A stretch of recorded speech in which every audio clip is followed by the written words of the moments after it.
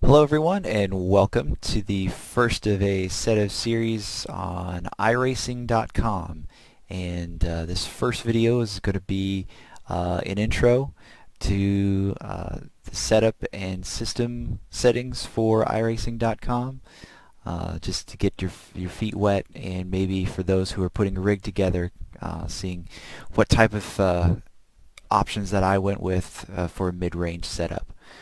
So this video is recorded with NVIDIA's ShadowPlay, and this is the first time it's going to be uploaded to YouTube using this system. So we'll be in learning mode. Hopefully it works out spot on, but we'll see. First thing I want to do is go over the rig itself before we get into the iRacing interface. So first thing, we'll go into look at the system itself. So just got this GPU. It's a GeForce GTX 970. It is high-end, but it is using just a single processor without having to use the SLI. I like that. It saves space in the rig itself and a little less worry about cooling. I do run an AMD 2 quad-core processor. And I'm also running 2 strips of DDR3 2 gig memory, so for a total of 4 gigs. The resolution, running 1080 at 60 Hertz, and I'll run that exact same in the iRacing itself, and then using Microsoft Windows 7 Pro. If we go to the wheel itself, so what I'm running is a Fanatec CSR wheel. I went with this one because it's a solid mid-range wheel that you can customize. I don't have any plans to customize it, but it's German made and it's durable. It doesn't feel cheap. It doesn't feel plasticky. It doesn't feel like it's going to break. And when you're in endurance races, you want a wheel that you know that you can depend on, that's going to last for several hours. As far as pedals, I went with these CSR Pro pedals, and the reason I did that, you'll see some movement here on the screen, both the throttle and the clutch have adjustable springs so that you can adjust the tension, and that's going to be important for throttle because the throttle tension and the feel to the throttle is going to be very important to vehicle control in the mid corners, and we'll discuss that later. The clutch also has a very good feel to it, very realistic, but the biggest realistic feel is the brake. The brake has an adjustable spring tension to it, but it also has adjustable potentiometer sensitivity. So I have mine set to the 10 setting, but if you press the brake, the tension builds up very similar to actual brake and rotor system. And that's really key because a lot of your braking that you're going to do is also going to be based off of resistance, and you'll get a kind of a muscle memory of what that resistance is to keep your wheels and your tires at maximum threshold braking. But these are all topics that we're going to talk about later on. But I do recommend having a braking system that does have a build-up type of feedback to it. Some folks have put like plastic balls or just like stress balls or tennis balls behind their brake pedal. I think it's worth putting the money down to get a brake system that's going to have that type of feedback built into it. With the rig, I'm also running the 7-place gearbox shifter. So as you can see here to the right side, that's reverse, 1, 2, 3, 4, 5, and 6. So those vehicles that do utilize the 8 shifter, it's brilliant. You can place it, if you get the mounting kit that comes with the CSR wheel, you can push it on either the left or the right side. Mine's on the right because I'm used to left-handed drive vehicles. But also with the CSR wheel is the mounted paddle shifters that are there as well, very much like in the Italia 458, where it will move with the wheel itself, and that's going to be I feel comfortable with that because sometimes you do have to do downshifting and upshifting while doing maneuvers, although it's not recommended. We'll get to that further down the road as well. But the fact that you have a continuous feel while the wheel's rotating is important. Okay, so we'll get out of this, and then the next thing we're going to talk about is boosting your system and stripping down to the bare minimums.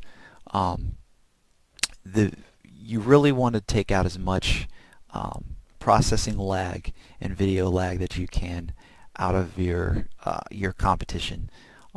It's very frustrating to be in close quarters competition and then have a point where your processor is caching, or there's a slow cache, or you've got a application that's running in the background that's taking resources away from the race or from the iRacing platform.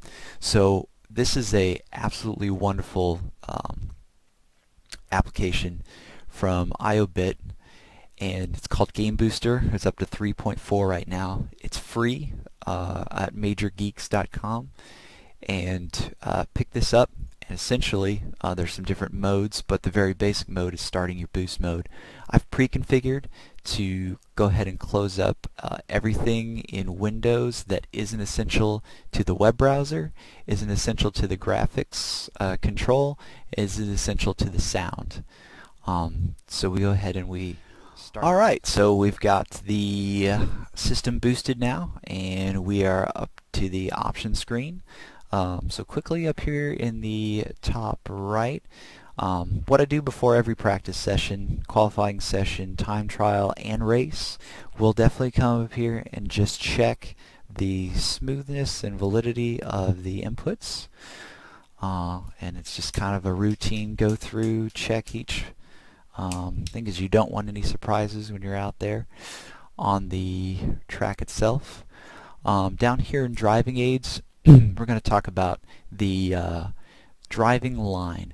So very helpful for folks that are just starting out, but I recommend that you only use this in your first practice session, and you only use it to learn the basics of the course itself. Once you get the basics down, you get some of the braking zones, some of the acceleration zones, and the throttle maintenance zones. I highly suggest turning the line off. Every other assist is going to automatically take speed away from you because it's an assist, but also a lot of people will leave the driving line on thinking that's going to help you. It is best to learn the track by visual points on the track and not necessarily the driving line. But as I said, to keep yourself on the course and learning the course for the first time, I would use it in the first practice section that you have with that course, with that vehicle, and then definitely take it off. The next bit that we're going to talk about is force feedback strength. And so for the Skippy in my particular rig, I have that set to 15. For GT model cars, I actually will drop this down to about 10. So cars like the Cadillac and the Rough 12 C-Spec and Track, those are the vehicles I tend to take it down. I also have it for the street stock oval vehicle in rookies. I have it turned down to about 10 as well, and I'll show you real quick why I do that particularly. So the 15 up here for the Skippy Formula 2000, I also use the same setting for the MX-5 as well. So as we hop out of here and get into the vehicle itself, what I want you to do is take a look up here at the top right under the F. That's your force feedback. And there's some good posts that are on the forums to check about force feedback and the curves for force feedback. But to take away all the math and the science and the graphs that are in there, basically, as I turn the wheel here, and we're in a static vehicle, so we're getting force feedback because of the resistance in the tires. And we're here in the green. As we go a little bit further, we start going into this orange level, and this is telling you that the maximum amount of force feedback has been given to your system, and you're going to start clipping. And clipping is going to make it feel as if the wheel is jerking, as if your tires are have grip and then losing grip, and have grip and losing grip, which can falsely make you think that the tire is bouncing up and down off the pavement, and you're going to lose that ability to hold your slip angle with your wheels and hold your maximum traction with the maximum amount of speed. Driving to the limit, and we'll talk about driving to the limit in some of the other vehicles. So what you want to do as you drive on the track, you want to make sure that you're continuing to keep it in the green. It can flash to yellow or to orange a little bit, a few times like that. That's fine, but if you start taking turns, then you need to back that off, and you'll go down here using your black box, down your force feedback strength, and you can change it right down there on the fly. If you didn't see that, it's right down here. Okay. Also talk about field of view while we're here. With field of view, I get it as close, the smallest angle of field of view as possible, while still maintaining visual on your instruments. Okay, for me, I can cut out the 5 and the 4 on the tachometer. 6 is about where I want to see, because I know that shifting the Skippy is going to be in this between 6,000 and 6,500. So I want to be able to know where the tip of the needle is, and while I'm shifting. But I also want it to be as closely zoomed in as possible, because I want that ability to have the speed sensing and not have a far field of view illusion that can happen. And if you're using multiple monitors, I only use one. Then I would also recommend that you use the in-game calculator, which is on the graphics options screen that's in the top right. Okay, so we've covered the rig that I'm currently using, a mid-grade rig, and what options are available with that rig. We looked at boosting your computer system so that you don't have the danger of having processor lag or cache lag that's going to interfere with your racing. We looked at some of the settings in-game into iRacing, and then we also took a quick look at some in-cockpit settings that can be adjusted as well. Alright, so our next video we're going to talk about actually controlling the vehicle, about things of the limit and reaching the limit, and how the limit's going to shave several seconds off of your time as a new driver, and it's applicable to all vehicles in iRacing. So thank you for spending some time with me, and look forward to chatting at you with video number 2. Thanks, have a good day.